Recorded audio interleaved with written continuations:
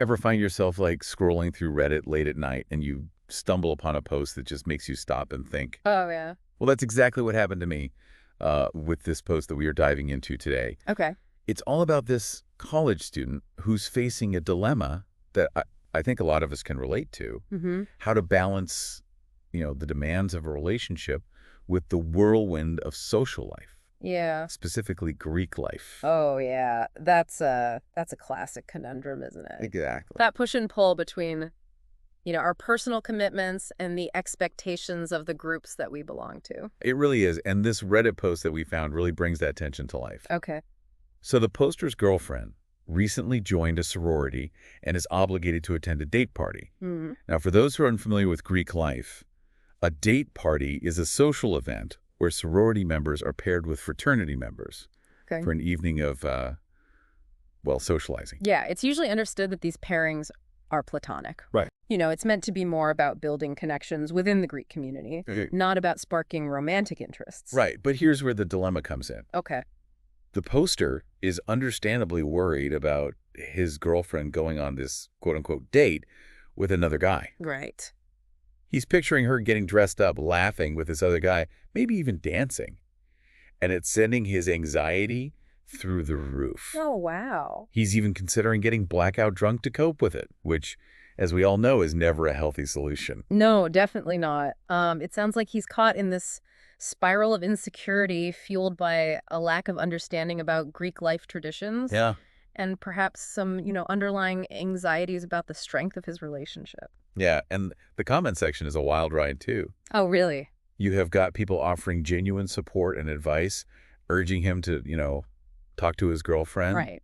And then you've got other people who are quick to judge, calling the girlfriend disrespectful and predicting the demise of the relationship. It's a fascinating microcosm of how differently people approach relationship challenges. It really is. It highlights the potential pitfalls of seeking advice from anonymous online forums. Yeah. You're getting a barrage of opinions, often strongly worded, Mm-hmm. but without the context of truly knowing the individuals involved. Right. And one comment that stood out to me was from someone who was claiming to have been in a similar situation. Okay. And they pointed out that sometimes at these events, they intentionally pair people who are already in relationships Oh. to avoid any romantic implications. That's a really interesting point. It suggests there are unwritten rules and norms within Greek life that might not be obvious to outsiders. Right. It's like a subculture with its own set of customs. It reminds me of how we often make assumptions about other cultures without truly understanding their practices and beliefs. Exactly. And without that understanding, it's so easy to misinterpret actions and jump to conclusions. Now, something that you brought up earlier that I think is so important to emphasize, especially when we're dealing with relationship anxieties, is open communication. Absolutely. Instead of spiraling into insecurity or resorting to unhealthy coping mechanism, Right. the poster would be much better served by talking to his girlfriend about his concerns. 100% communication is the cornerstone of any healthy relationship. Right. It's about expressing your feelings, actively listening to your partner's perspective, and finding a way to navigate those differences together. And remember, listeners, we're only hearing one side of the story. Yeah, that's right. We don't know the girlfriend's perspective, her intentions, or the dynamics of their relationship beyond what the poster has shared. It's a good reminder that social media posts often present a limited view of reality, Yeah. There's always more to the story than meets the eye. Before we dive deeper into the comment section and unravel some of the psychological and social dynamics at play here, we want to remind you, our amazing listeners, to subscribe to Voices of the Soul so you never miss an episode. And if you're enjoying these deep dives, we invite you to check out Shauna Pelage's YouTube channel for even more insightful content on relationships, personal growth, and navigating life's complexities. All right, let's get back to this Reddit post. Yeah. One of the things that really struck me was the range of opinions in the comment section. Yeah. Some people were incredibly empathetic, offering support and understanding, while others were quick to judge and offer harsh advice. It's interesting. It's a reminder that even in anonymous online spaces, we see a reflection of the diverse ways that people approach relationships and offer guidance. It also highlights the importance of critically evaluating the source of advice. Are these commenters qualified to give relationship advice? Right. Do they have any insights into the specific dynamics of this couple? Yeah. It's crucial to be discerning when navigating the deluge of opinions online. Now, one comment thread that I found particularly interesting focused on the poster's plan to cope with his anxiety by getting blackout drunk. Yeah. As we mentioned earlier, that's obviously not a healthy approach. No. But it raises the question, what are some healthier ways to manage those feelings of insecurity and jealousy? Well, there are so many constructive alternatives. Mm-hmm. Exercise mindfulness journaling, connecting with supportive friends, or seeking guidance from a therapist. Right. These are all powerful tools for processing difficult emotions. Yeah. Welcome back to our deep dive where we are untangling the anxieties of a college student grappling with his girlfriend's involvement in a sorority date party. We're not just dissecting the situation itself, we're also exploring these broader themes of communication insecurity and the influence of social dynamics on our relationships. You know, in the last part, we talked about the importance of open communication. Right. But I think it's worth digging a little deeper into what that actually looks like in practice. Right, because it's one thing to say talk to your partner, but it's another thing entirely to have those difficult conversations in a way that's constructive and productive. Exactly. It's about creating a safe space where both partners feel heard and respected, even when discussing sensitive topics. Now, the poster in this Reddit post mentioned that his girlfriend offered to let him look through her texts Okay. and tell him as much or as little as he wants to know about the night. On the surface, that might seem like a gesture of transparency, but I wonder if it's actually addressing the root of the issue. That's a great observation. Yeah. It sounds like she's trying to appease his anxieties without necessarily understanding the underlying emotions driving them. Right. It's like offering a Band-Aid when what you really need is surgery. Exactly. It might provide temporary relief, but doesn't actually address the deeper wound. Precisely. And focusing on monitoring her actions rather than addressing the underlying insecurities could create a dynamic of distrust in their relationship. So instead of surveillance and control, what's a healthier approach? It's about fostering a relationship built on mutual trust and respect. Okay, but how do you build that trust when you're feeling insecure and threatened by your partner's actions? Yeah. It's easy to say trust them, but it's a lot harder to actually do it when your emotions are running high. You're absolutely right. It's not about blindly trusting without question. It's about building a foundation of security and understanding within the relationship. Okay. And that starts with self-awareness. The poster needs to understand the root of his anxieties. What is it about this situation that's triggering these feelings? Yeah. Is it a lack of trust in his girlfriend, or is it stemming from his own insecurities or past experiences? Right, so once he identifies the source of his discomfort, what's the next step? He needs to communicate those feelings openly and honestly with his girlfriend. Oh, yeah. And this is where the art of communication comes in. It's about expressing his vulnerability without blaming or accusing, right? Because it's easy to slip into attack mode when you're feeling hurt or threatened. Exactly. It's about using I statements to convey his emotions and needs. Okay. For example, he could say, "Hey, I'm feeling a bit uneasy about this date party. Can we talk about it?" And hopefully she responds with empathy and a willingness to understand his perspective, even if she doesn't fully share his concerns. It's about creating a dialogue, not a debate. Remember, the goal isn't to win the argument. It's to understand each other better. Now let's imagine for a moment that the girlfriend genuinely doesn't understand why he's upset. Okay. She might see this date party as a harmless social obligation and wonder why he's making such a big deal out of it. How can he bridge that gap in understanding? That's where empathy comes in, not just from her side, but from his as well.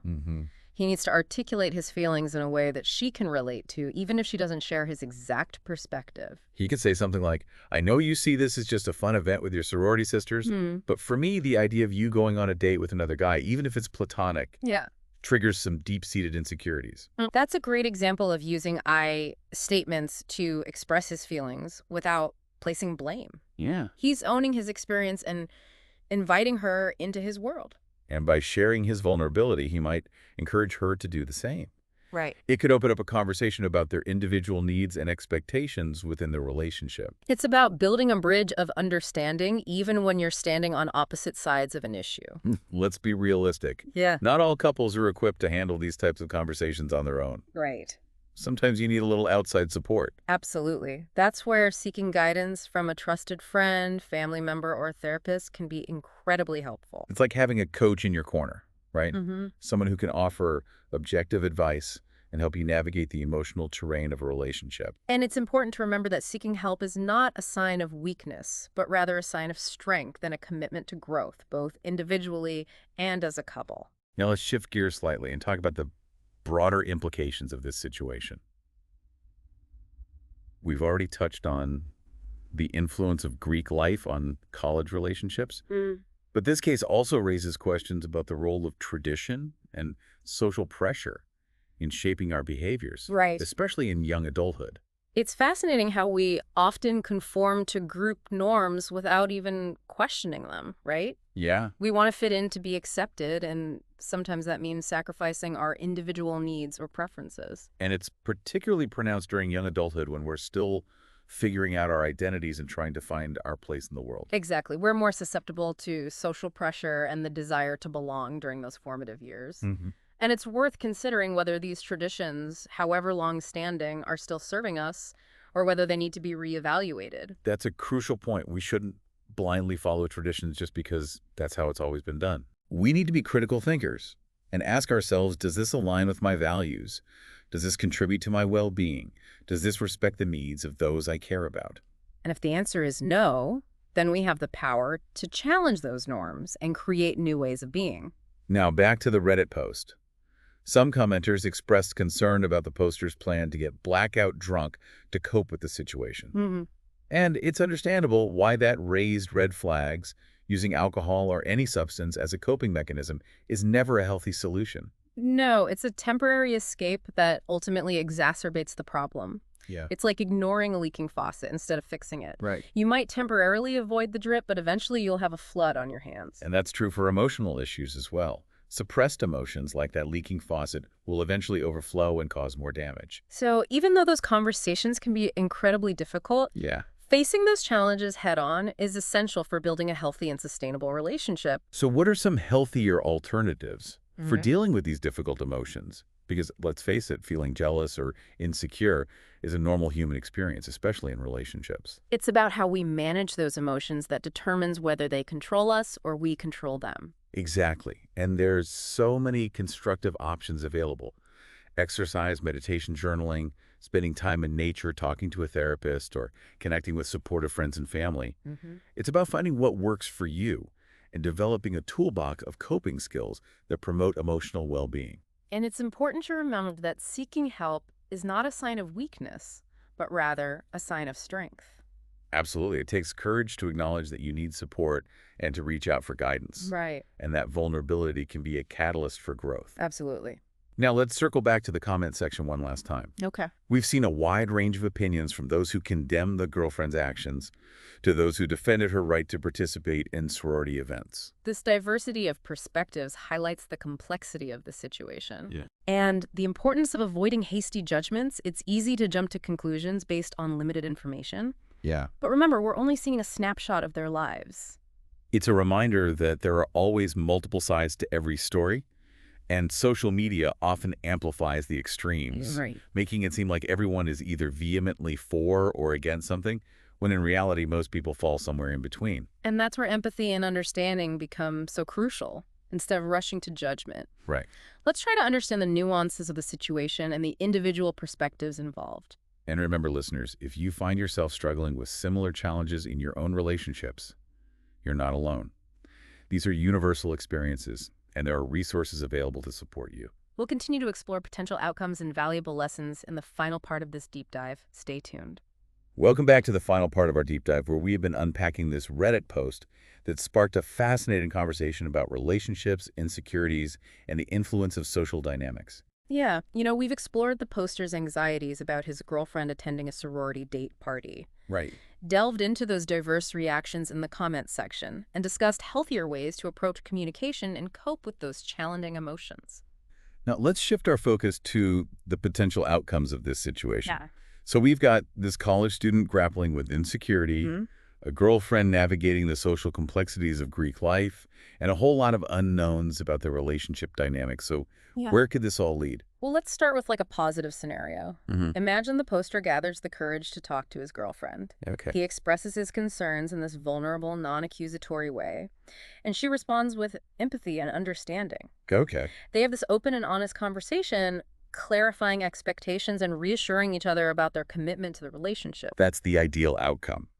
Isn't it a situation where communication strengthens their bond and deepens their understanding of each other? They might even use this experience as an opportunity to set healthier boundaries around social events and create a stronger foundation of trust. Absolutely. It's a testament to the power of vulnerability and open communication to navigate relationship challenges. But of course, not every scenario unfolds so smoothly. Right. Let's consider another possibility. The poster confronts his girlfriend, but she dismisses his concerns. Okay. Maybe even gets defensive or angry. She insists on going to the date party without any regard for his feelings. That's a tougher situation. Yeah. It suggests a potential lack of empathy or respect for his perspectives and could be a red flag about the health of their communication patterns. Exactly. It raises questions about whether their values and expectations for their relationship are fundamentally aligned, and it might be an indicator that they need to work on building a stronger foundation of trust and mutual understanding. So in this scenario, the poster might need to do some soul searching.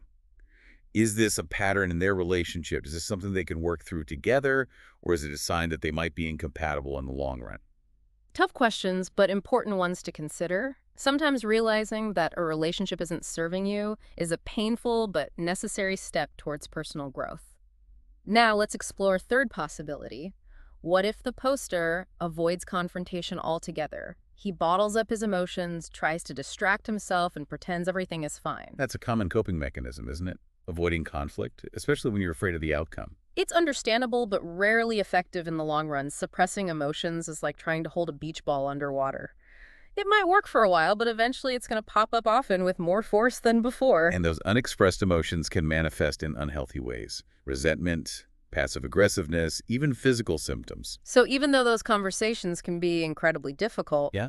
facing those challenges head on is essential for building a healthy and sustainable relationship. Regardless of which path this particular couple takes their situation, offers valuable lessons for all of us navigating the complexities of relationships. Absolutely. It highlights the importance of clear communication, establishing boundaries that honor both partners' needs, and understanding the powerful influence of social dynamics on our personal lives. It also underscores the need for empathy, respect, and a willingness to compromise. And it reminds us that seeking support from trusted sources, whether it's a friend, family member, or a therapist, can be invaluable during those challenging moments. Remember, even the strongest relationships face storms. It's how we navigate those storms together that determines the strength of our bond. And on that note, we have reached the end of our deep dives into this thought-provoking Reddit post. We hope you have gained some insights into the complexities of relationships, the power of communication, and the importance of nurturing your own emotional well-being. If you enjoyed this exploration of human experience and want to hear more, be sure to subscribe to Voices of the Soul and leave us a review. And for even more insightful content, we encourage you to check out Shauna Pelage's YouTube channel, where you'll find a treasure trove of videos on relationships, personal growth, and navigating the ups and downs of life. Thanks for joining us on this journey of discovery. Until next time, keep exploring, keep learning, and keep those voices of the soul speaking.